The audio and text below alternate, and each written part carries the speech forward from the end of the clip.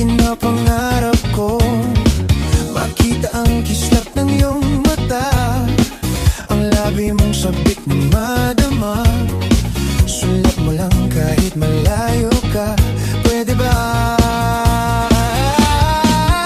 Oh, miss, pwede bang sumayaw tayo?